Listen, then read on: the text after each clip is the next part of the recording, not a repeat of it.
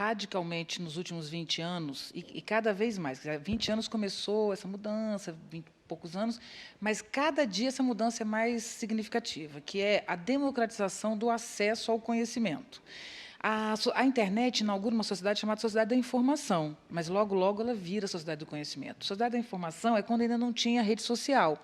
Com a rede social, você não apenas tem um banco de dados disponível nas novas mídias, mas você tem pessoas ao vivo, em tempo real, discutindo questões que vão do meio ambiente a questões da física ou da medicina, da engenharia. Então, hoje, nós temos a sociedade do conhecimento, que é uma sociedade que produz conhecimento em tempo real e que pode ser acessada por qualquer aparelho móvel, né? Claro que eu posso ter internet e não ter acesso àquela rede social que me interessa. Então, além de ter a rede, eu tenho que ter algo que me faça ser aceita nessa rede para que eu possa partilhar esse conteúdo. Então, o que é exigido hoje de um ser humano, de um homem, de uma mulher, hoje, independente da idade? É preciso que essa pessoa tenha uma capacidade de fazer acordos, que ela tenha algo a partilhar e que ela tenha uma capacidade de análise e interpretação de dados, mas os dados estão disponíveis. A diferença, antes desse modelo acontecer, né, era, por exemplo, quando eu era professora, quando eu dava aula na universidade, já tem um tempo que eu não dou aula, mas quando eu dava aula na universidade, não existia o acesso à internet. Então, o que nós, como professores, pedimos aos alunos? Os dados. Você tinha que saber os elementos da tabela periódica, você tinha que saber as datas, o ano em que a família real veio para o Brasil. Isso você tem que saber. Hoje, você não tem que saber o ano que a família real veio para o Brasil, porque, com qualquer celular, você acessa esse dado. Então, a educação está passando por um desafio grandioso para todos nós, para os alunos e para os professores, um desafio que é significativo para a sociedade, que é a passagem de um tipo de conteúdo que era banco de dados para uma análise de conteúdo móvel, já que os conteúdos toda hora estão mudando, né? Então, hoje, o que é preciso hoje na educação? A capacidade de acessar os dados, de pensar sobre os dados, de interpretar os dados e de partilhar essa interpretação. Isso é completamente inovador, e ninguém está sabendo lidar com isso. Então, a gente tem que ter um pouco de condescendência uns com os outros, né? Professores com alunos e alunos com professores. Todos estamos tendo que reinventar a relação com o saber.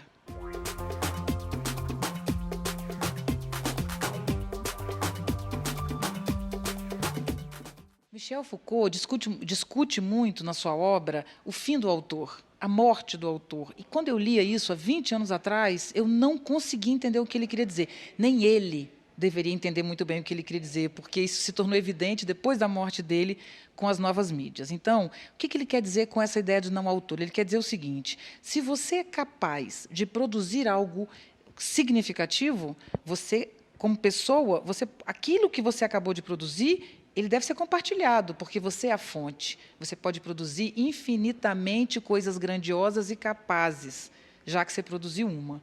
Isso é o seu poder, isso é a sua capacidade móvel e viva de continuar produzindo conteúdo. O conteúdo não pode ser monopólio de ninguém. Então, o que é a exclusão no mundo? Sempre foi a exclusão do saber. No Egito, quem tinha esse poder e condensava era o rei, que era o faraó, e depois isso passa, na Idade Média, para a Igreja Católica, para os conventos, dos conventos vão para a universidade, que são centros que eram, e ainda são, em alguns casos, centro de poder e não de saber. Então, o que a internet está fazendo? A internet está democratizando o poder, porque está democratizando o saber. E isso causa pavor em quem hoje domina o poder. Então, a história desse rapaz que você citou, e eu conheço, ele, a princípio, está invadindo espaços, mas esses espaços serão disponíveis para todos, em todos os tempos. Então, um dia nós vamos achar absurdo esse tipo de processo que ele tá passando, né? Então, um cantor hoje, por exemplo, ele ganha menos no disco e ele ganha mais no show, né? Então, essa é a relação. Quanto mais a gente vive a internet, mais a presença tem valor. E é essa mudança que vai acontecer. Então, quem tem valor é quem produz conteúdo. E produz sempre. O conteúdo não tem valor. Tem valor quem produz, né? Então, essa é a dificuldade. Porque a democratização do conteúdo é a democratização do poder. E é isso que a sociedade não está conseguindo lidar.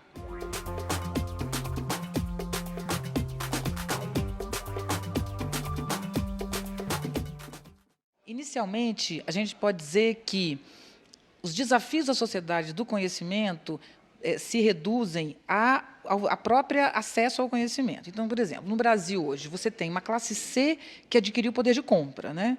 Essa classe ela pode comprar o que está disponível no mercado, mas ela continua sendo discriminada. Então, não é ter acesso à compra que diminui a discriminação hoje, é o acesso ao saber. Porque se você tem o acesso ao saber, se você fala bem, se você se coloca bem, você pode vestir a roupa que você quiser. E se você se veste muito bem, tem um ótimo carro, mas você não tem conteúdo, não tem conhecimento, não sabe se colocar, você é discriminado. Então, qual é o desafio da sociedade do conhecimento? Quer dizer, qual é o desafio da sociedade diante das novas mídias, né, que surgiu na sociedade do conhecimento? É garantir a democratização do saber, o compartilhamento de conteúdo, é não permitir que haja nenhum tipo de censura, mas não é possível ter censura na internet. É impossível com o mecanismo que ela própria tem. Ela se protege, né? Então, a sociedade não tem que fazer nada, ela tem que correr atrás do prejuízo, né? Porque o fato consumado é que há a rede, há a democratização e há novas relações de poder. Mas, dentro da educação especificamente, o principal tema é a revolução da memória. Porque o que era educação se não memorizar? Mas a revolução não é a memória. Eu não tenho uma memória portátil, num pendrive cabem várias bibliotecas. Só que pendrive é piada, né, gente? Por favor. Hoje você tem nuvem, né? Quem precisa pendrive hoje? Você põe em nuvem. Então, se em nuvem você tem acesso a tudo que foi produzido, não é mais possível que a educação seja administrar conteúdo. Tem que ser desenvolver raciocínio e pensamento, análise e interpretação de dados. O que nós temos que produzir hoje na educação é criar e não repetir. Nós temos que sair da submissão. Aí está ligado à história brasileira. A luta no Brasil é passagem da submissão para a expansão. Desde que o Brasil existe, ele está nessa luta. Se submete, quer expandir, mas se submete. Ele está sempre nessa luta, né? Hoje o Brasil é chamado a liderar, mas ele ensina o aluno a se submeter. Então, como é que você ensina o seu aluno a se submeter a você, professor, a você, instituição, a você, jornal, ou seja lá quem for, patrão, né? Se, na verdade, nós somos chamados a liderar. Liderar é pensar. O ser humano nunca teve tanto valor como tem hoje. Há 30 anos atrás, o que valia era a máquina, né? Quanto mais o empresário tivesse máquinas, mais ele ganhava dinheiro. Hoje, quanto mais talentos o empresário tem, mais ele tem dinheiro. Só que talento precisa de criatividade, e, para isso, ele precisa de liberdade. Então, isso está mudando as estruturas das empresas, das escolas, dos governos, e a gente tem que passar por isso. Eu sou extremamente otimista, acho que a gente passa por uma transição grave de mudança de meio, e isso é muito complicado, isso a gente sofre, estamos no meio da transição, mas ou o mundo desaparece, o que eu não acredito, ou nós vamos viver numa democratização da vida, e isso é extremamente benéfico.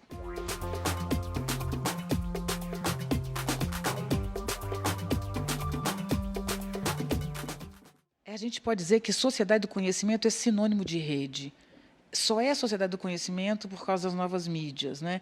Então, na verdade, você pode dizer o seguinte: hoje só tem novas mídias e pessoas, não tem mais nada, né? As relações econômicas são determinadas pelas novas mídias. Você vende produto hoje a partir das novas mídias.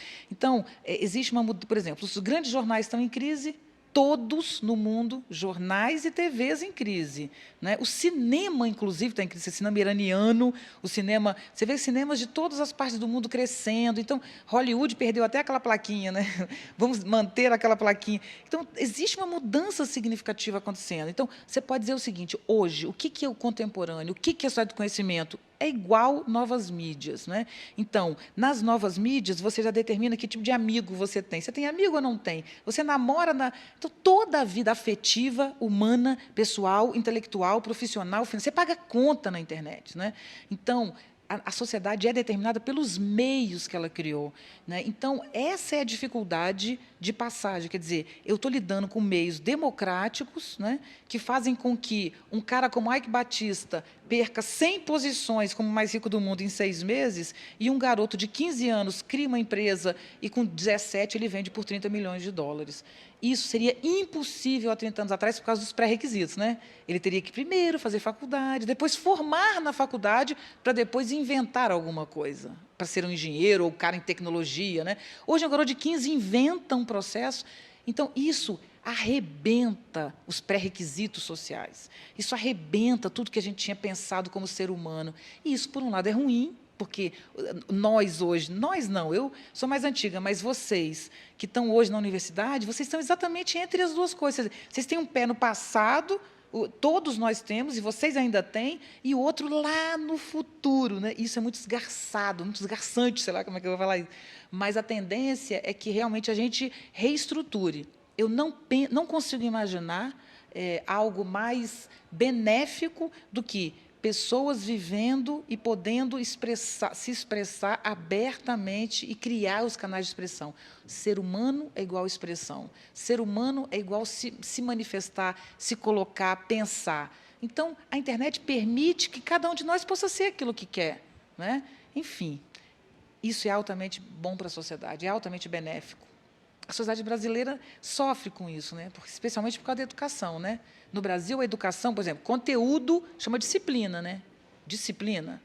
Dizem que nos Estados Unidos também chama disciplina, mas se chamar conteúdo de disciplina não dá. Então, o que quer dizer? O que a nossa escola, desde o ensino básico, faz? Te ensina a dizer sim, senhor, professor. Mas é isso que você pode fazer hoje? Não. Se você falar sim, senhor, professor, você não trabalha, você não ganha dinheiro. É preciso ter atitude, coragem, né, para viver hoje em sociedade.